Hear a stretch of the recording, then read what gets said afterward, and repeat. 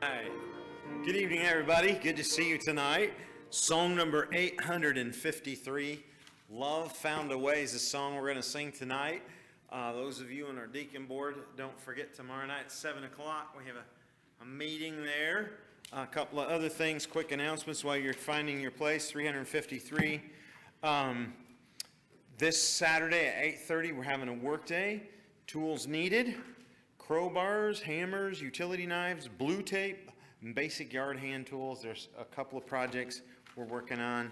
If you can come this Saturday, that would be great. Also, dropped it. There is a new sign. It's out there on the thing. We're looking for.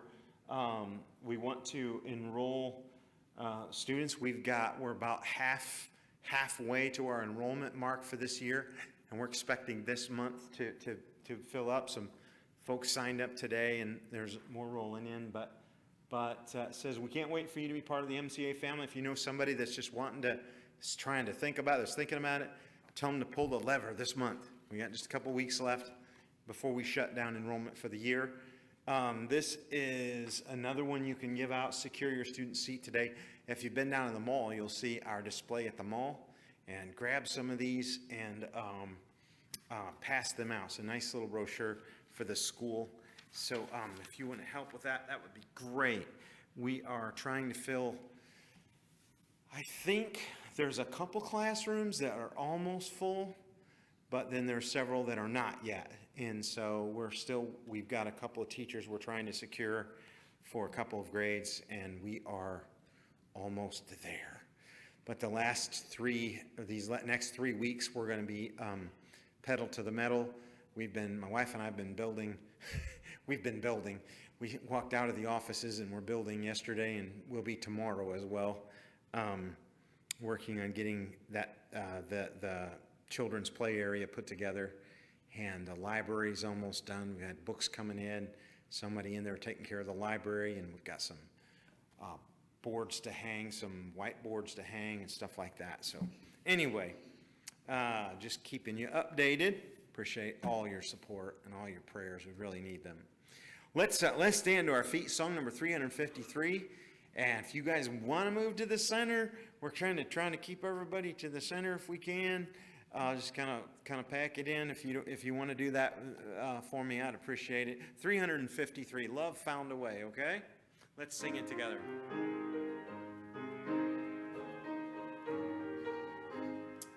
Wonderful love that rescued me, sunk deep in sin, guilty and vile as I could be, no hope within. When every ray of light had fled, oh glorious day, raising my soul from out the dead, love found a way, love found a way to redeem my soul. Love found a way that could make me whole. Love sent my Lord to the cross of shame.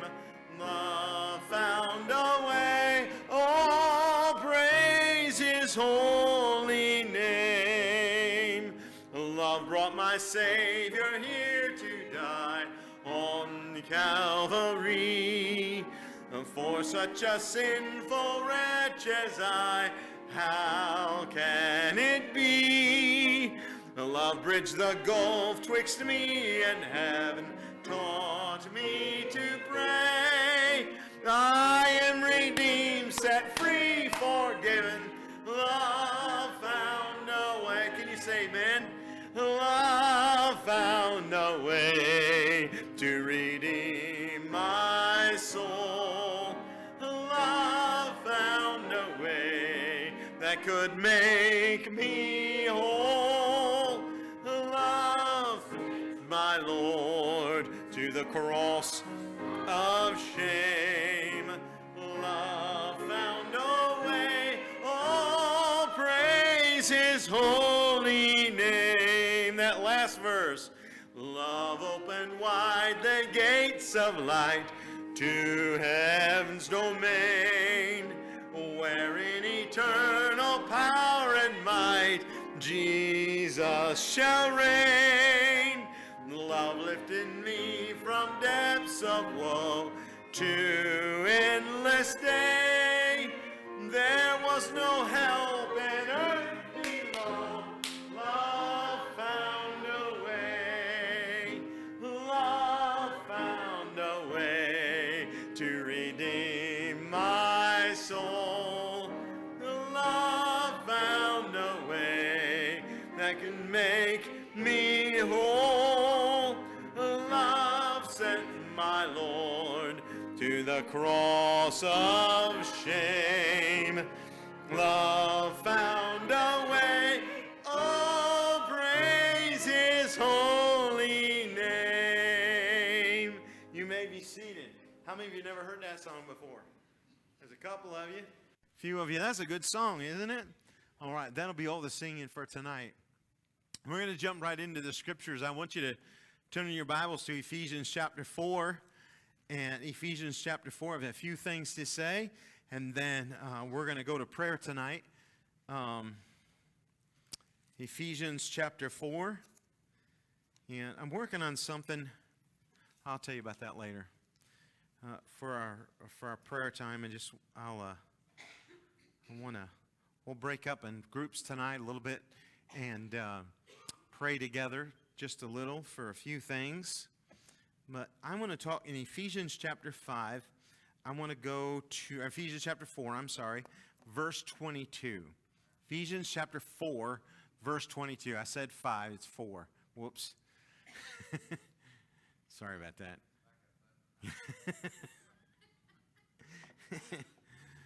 All right, verse 22. That ye put off concerning the former conversation the old man which is corrupt according to the deceitful lust. Let's bow for prayer. Father, thank you for your word, and I ask that you'd bless us tonight in our study. Help us to understand, Lord, what you want us to understand. In Jesus' name I pray. Amen. The word conversation here in the old King James Bible, typically we talk about it as meaning behavior. Conversation. When he talks about put off your former behavior, the old man, how you were, what you did, the things you did. And there's a lot in here to talk about, but I wanted to focus on something tonight because as I looked at it, I realized that following that statement, most of the behaviors mentioned had something to do with words that you use. Which is how we use the word conversation, isn't it? So I want to look at that. Now, I know that conversation is a bigger word here than just talking, but he speaks about what we're supposed to do with our mouths and how careful we should be. And I want to preface this by telling you something, a little fact. How many of you know what the boiling temperature of water is? 212 degrees. Now I'm going to ask you a question. If your water is at 211 degrees, is it boiling? Trick question. No, it's not a trick question. You're all staring at me like you're in 9th grade math. It shouldn't be. If water boils, here's the question, Mike of MP Construction. If water boils at 212, will water be boiling at 211? He says no. How many of you agree with him? That's true. 211 degrees, water will not be boiling. Now, when water boils, what happens? Well, it produces steam. Do you know steam can drive a locomotive? Do you know how many things can be done with steam? Burns can come from steam. Burns. I mean, things can happen with steam.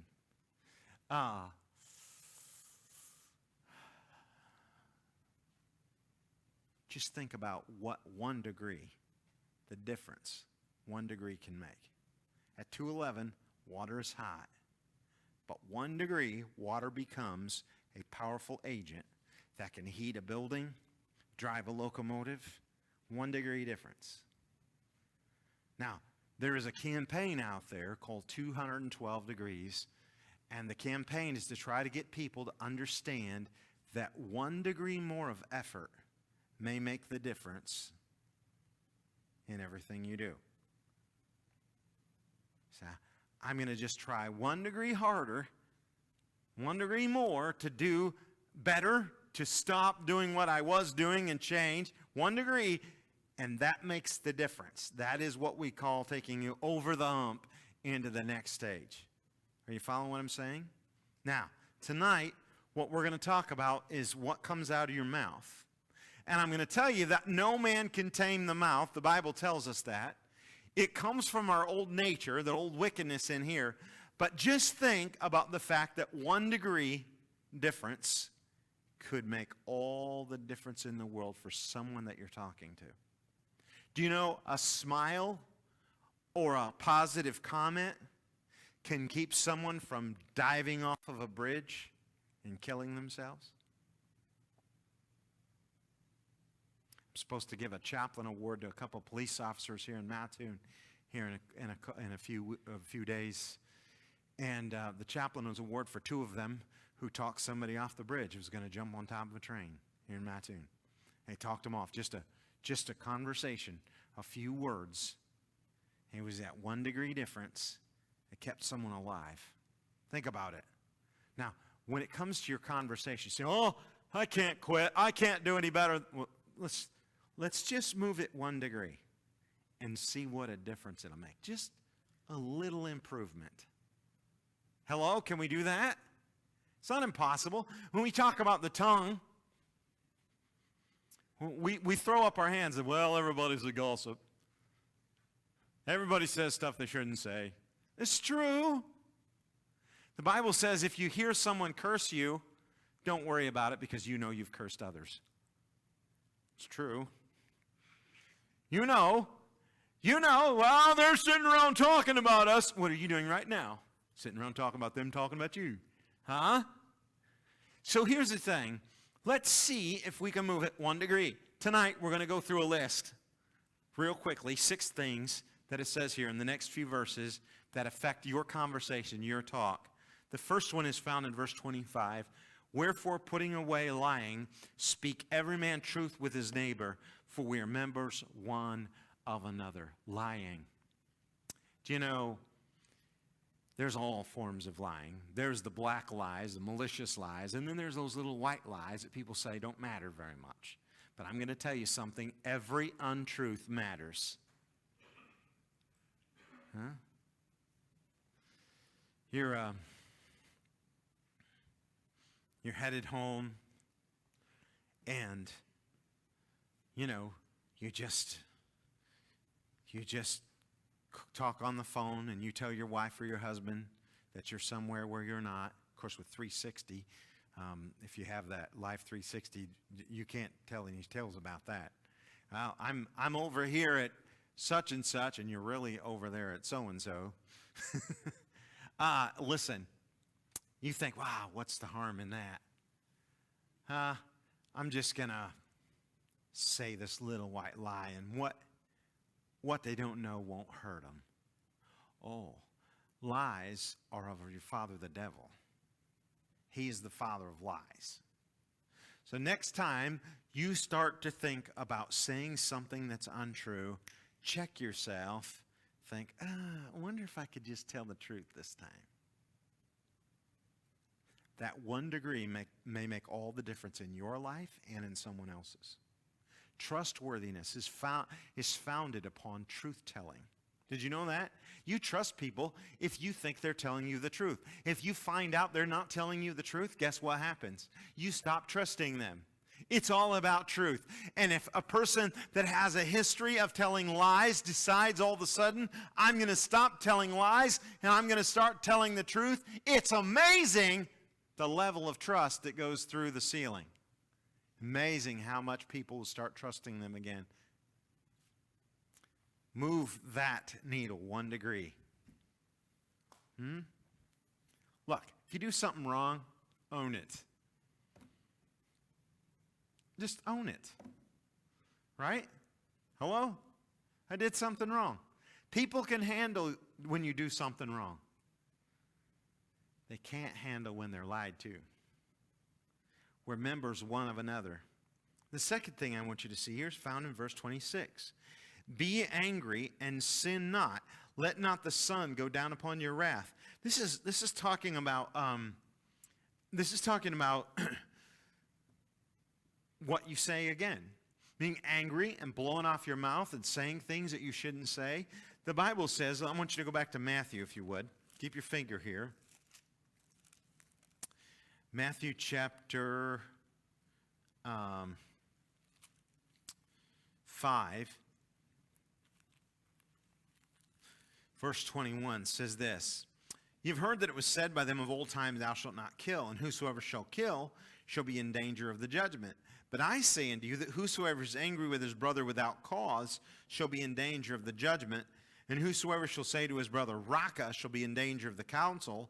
But whosoever shall say, thou fool, shall be in danger of hellfire. Huh? Raca means empty-headed one, by the way. Our English translation of that would be idiot.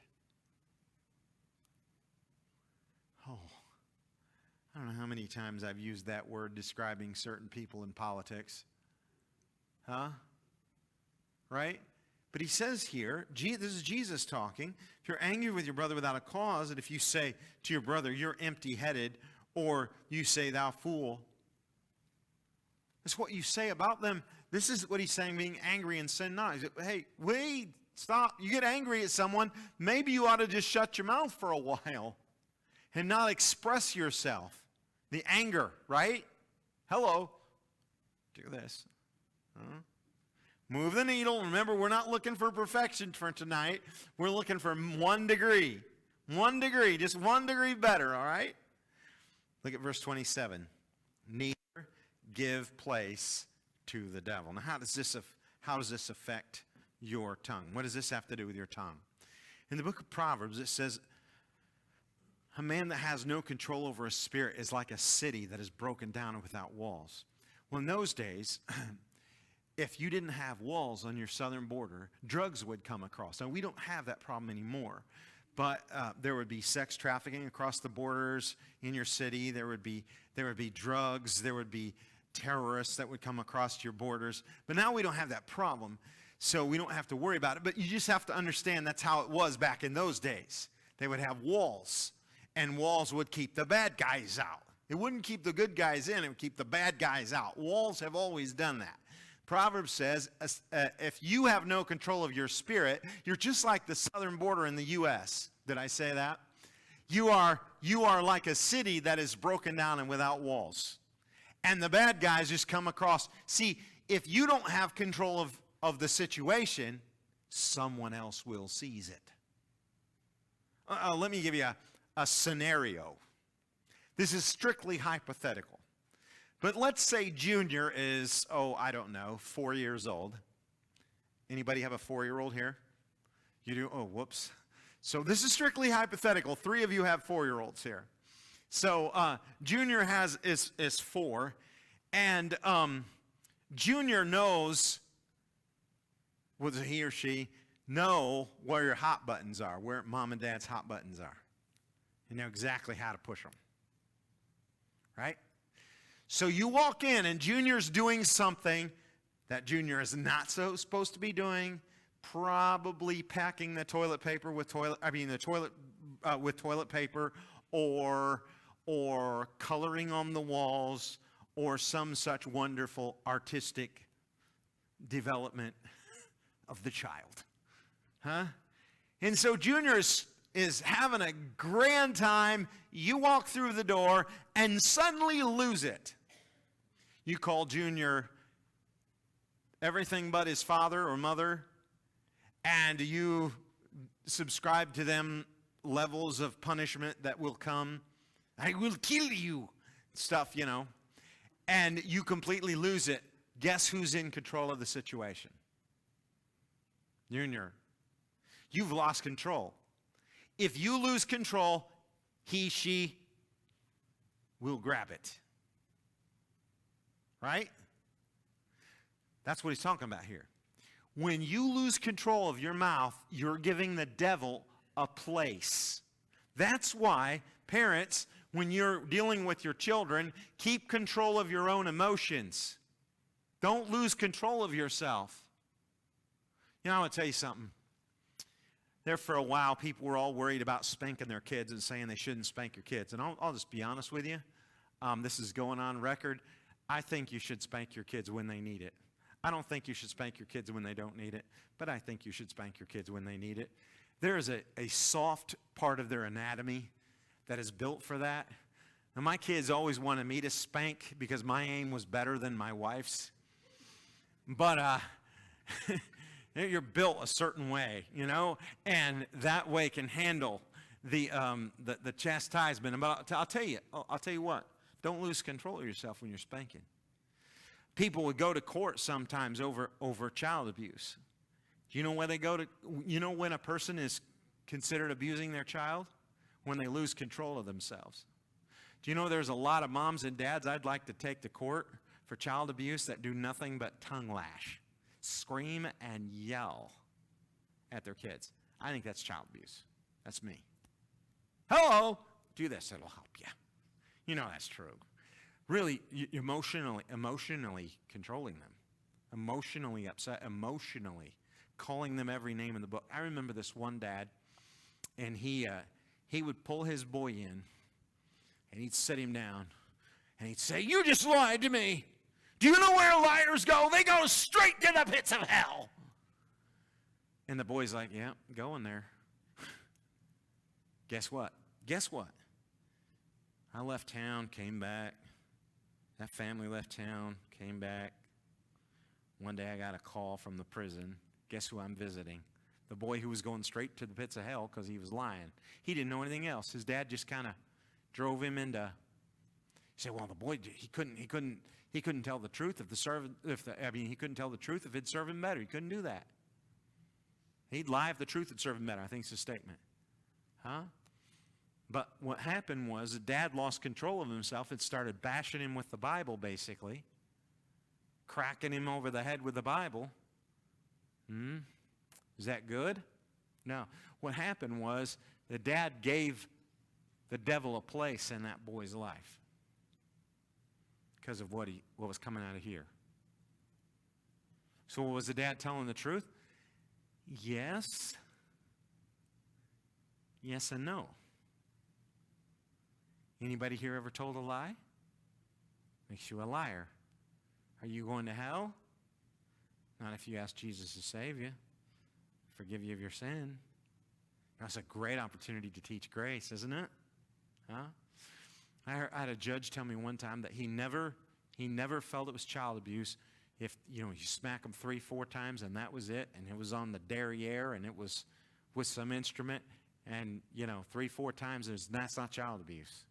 It's the beating in the face. It's the horrible stuff. It's the yelling and screaming and the twisting the ear, jerking them around by the ear, losing control of yourself. Hello. Let's move it 1 degree. 1 degree. That's what we're trying to do tonight. Next time you get ready to blow off at your kids, wait. Huh? Next time you're ready to blow off at your spouse, wait. Next time you're ready to blow off at the person in the drive-thru ahead of you, you don't know what they're going through. Oh, is that on the way here? I'm sorry. 1 degree is all we're looking for tonight. All right, let's look at the next one. Verse 29. Let no corrupt communication proceed out of your mouth, but that which is good to the use of edifying, that it may minister grace unto the hearers. Corrupt communication is talking about communication that's vile, that's wicked, that's garbage. Don't let garbage come out of your mouth. But stuff that's good, and the word edifying there is talking about building people up. You see, when I mentioned earlier, conversation, what you say can make the difference in a person's life. Huh? Sometimes you come to church and you listen, and a message is preached, and the preacher says something, and you go out with hope and encouragement. Why? Because words do that. Use your words for the same purpose. Edify. Edify. Build people up, not tear people down. What does it cost you to say, that's a good job? What does it cost you to say, thank you for your service? What does it cost you to stop and look someone in the eye and tell them what a difference they made in your life or how they helped you? What does it cost you? It costs you nothing. I've said this to older saints a lot. Look at these young people raising kids. It's horrible. You guys that are raising kids right now don't realize that in the last 20 years, raising kids has gotten greatly more difficult. Is there a way to say that? Anybody here my age or older that would agree with me? It's gotten harder, hasn't it? You look at what they have to compete with. I mean, when my kids were growing up, they didn't have to have cell phones and all that kind of stuff. In fact, I was preaching against it when my kids were growing up. There's no 12-year-old that needs a phone. Of course, we got in a fight in the middle of church over that once. A guy stood up and started yelling back at me. But the truth is, now, you'd have liked to have been there, I'll bet. It was fun. Wow, that was weird. I had to have a cop in our church that escorted him out. That's the truth. But it was over kids having cell phones at 12 years old. I was doing some stuff with the sheriff's department. I found out one of the biggest problems we were having was kids taking pictures and sending filthy things to each other, bedroom to bedroom. Parents had no idea what was going on. And so, that's doorways that have been opened in the last 15 years that we never had to deal with when our kids were little. So my hat's off to you, parents. And I'm telling you, sometimes people just need to encourage someone. I'm gonna say this here. I'm gonna mention this one time, and it's gonna be here. It's gonna be online, and I want to be gracious to everyone. But there was a picture posted on Facebook this week of a young lady out in front of our sign, and there were people that didn't know her, don't know the situation or the circumstance. She's not a member of our church, and don't know what she was doing or why she was doing it, that immediately got on her case about the way she was dressed. And I'm going to say this, a lot of older people should have just been quiet. I do not condone immodest dress. Don't promote it.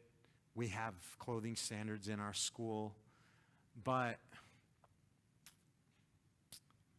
someone many states away that doesn't know the situation or the circumstance, and if you want to know the situation and circumstance, I can tell you, but that picture had a lot of good meaning to it, and two or three people got on. There was a preacher that I know that's a friend of mine that doesn't know anything, hasn't been here, and he was taking exception to it. And I'm like, guys, some of these young kids growing up have got so many things they're dealing with. Let's learn when to say something and when not to. Does that make sense? Edify. Think about this. Think about edifying someone. Okay, so you see somebody that's doing something that's not quite right. Okay, so what can I do to help that situation be better rather than, you get what I'm saying? What can I say? Should I say anything? Should I just be quiet and let him grow up a little bit? Hello? I mean, really. I think a lot more, and one of the things with Facebook is we become these keyboard warriors, we become anonymous, and we punch out our thoughts and our feelings, And that's out there now. Right? You got to think about that. Well, preacher, you're just dropping your standards right and left because you have no idea. I have no idea what's going on in that case. Can we just edify people? Can we build people up? Everyone is not in the same spiritual place that you are. Hello, do this. They're not all as spiritually advanced as you are. Hello, it's true. Not everyone gets it, all of it, right? So, and I'm saying this carefully to those who would disagree with that picture. I understand. I'm just saying, let's move 1 degree a little bit towards graciousness. Figure out, is that fair? I hope so. I hope you understand. Let's try to be, while I'm on that, there's a lot of old fundamental stuff that we have preached for years, and there's people that still hold those positions dear. There's positions that I don't hold. Some of you are not around it, have not been around it. I know somebody who preaches against women wearing high heels because it's immodest. I don't understand what they're talking about, but anyway, that's what they do.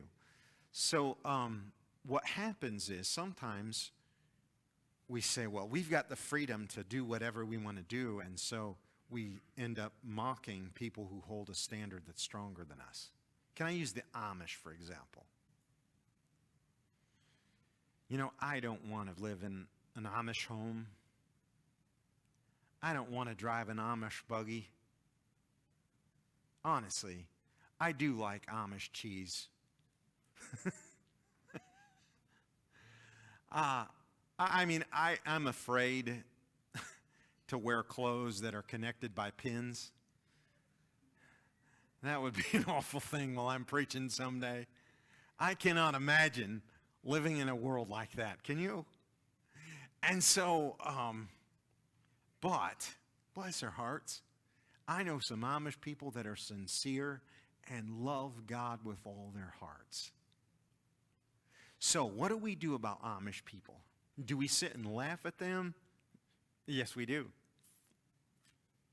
Should we? No, we shouldn't. Right? Hey, if somebody's got a stricter standard than you do, don't laugh at them. But remember, if you have a stricter standard than everybody else, remember, everyone else is not where you are, and they don't see things the same way you see them. Can I say this? To the pure, all things are pure. That's a strong verse. When you look at something with a pure mind, you don't see all the dirt everyone's always talking about. And if the first thing that happens to your mind is you see the dirt and the bad and the wicked, something might be wrong with your mind. Might not be that you're holier. Might be that you're covering something up. So that's a little bit of hard preaching tonight with grace. But let's move the needle a bit. And I'm not saying anybody here is that way. Trust me. I don't think anybody in this crowd's that way. I'm just talking about the people online. I know there's somebody who don't watch this is going to be mad at me. So I'm just talking about them. All right. You guys are with me though, right? All right. Corrupt communication. Garbage in, garbage out. That's a statement we say. Be careful about those things that come out. Let's look at verse 31. Look at this, all bitterness, wrath, anger, clamor, evil speaking be put away from you with all malice. Bitterness, wrath, anger, clamor, and evil speaking. Look at that. He just piles it all in one pile of putty. If you go down to chapter 5, he says in verse 3, but fornication and all uncleanness or covetousness, look at this, let it not be once named among you. named. It's talking about it.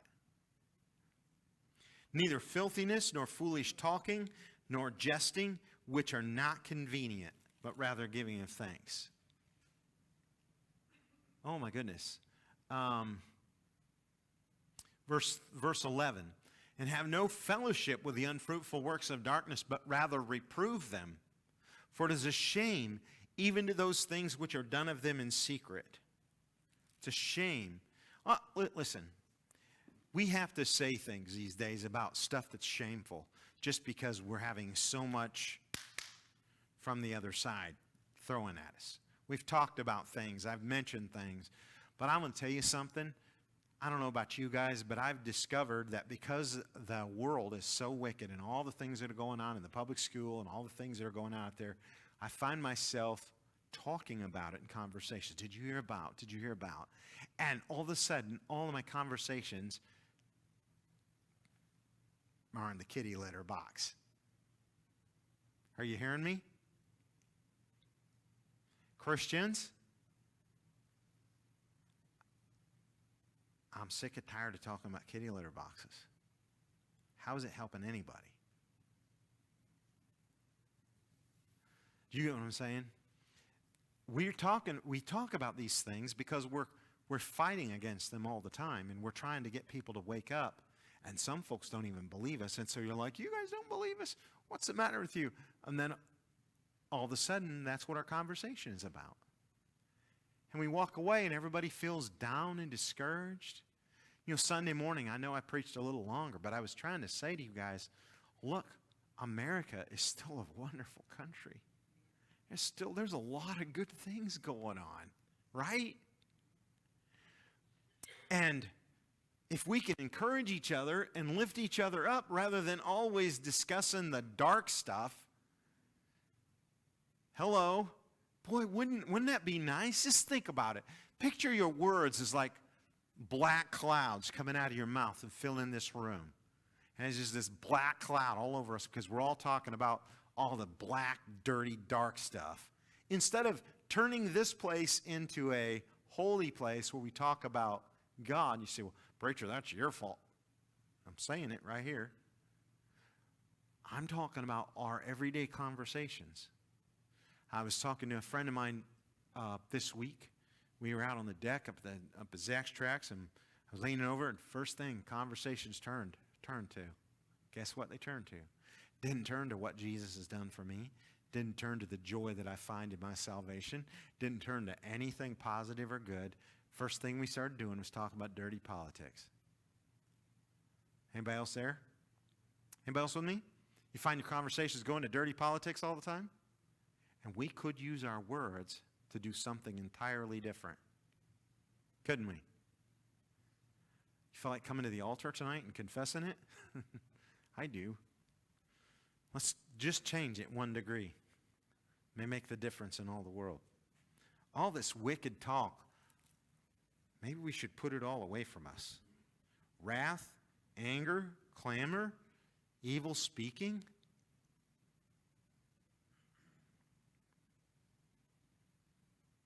We get frustrated when we're expecting the Republicans to do something or the Democrats to do something, or frustrated with someone. We get frustrated and mad because they're not doing what they ought to do, and we lump them all together and say, oh, those lousy politicians. Huh? And here we have sitting halfway back a politician in our midst, trying her best to do something in this county. Huh? They're not all lousy politicians. Hello, there are people trying to do good things, right? Let's see if we can't do something. Here it all wraps up in verse 32 and of chapter 4. And be ye kind one to another, tender-hearted, forgiving one another, even as God, for Christ's sake, hath forgiven you. I've noticed something. Someone can be having a bad day, and one word can make all the difference. Have you ever pulled into a drive-through and somebody paid for your meal? Have you ever done that for someone else? Just that day. You don't know the car behind you. You don't know what's going on. You're just a kindness, just doing something nice. Having a nice day? You have a really nice, that's a great thing to say. I hope you have a nice day. May God bless you. Those are nice things to say. They ought to be on the tip of our tongue. Don't go around saying, don't tell me what kind of a day to have. Say things that are nice to people. Bless them with your words. Move it 1 degree. Start practicing it in your home, with your spouse, with your children. Well, they're being jerks. Of course they are. We know that. And you're perfect, so you never do anything like that. Well, yeah, but move it 1 degree towards graciousness. See, it's those little steps, those little things that make all the difference in the world. Those little movements. It's the gradual changes that change your whole life and everyone around you. All right. That's the message for tonight. Put off the former conversation and put on the new man.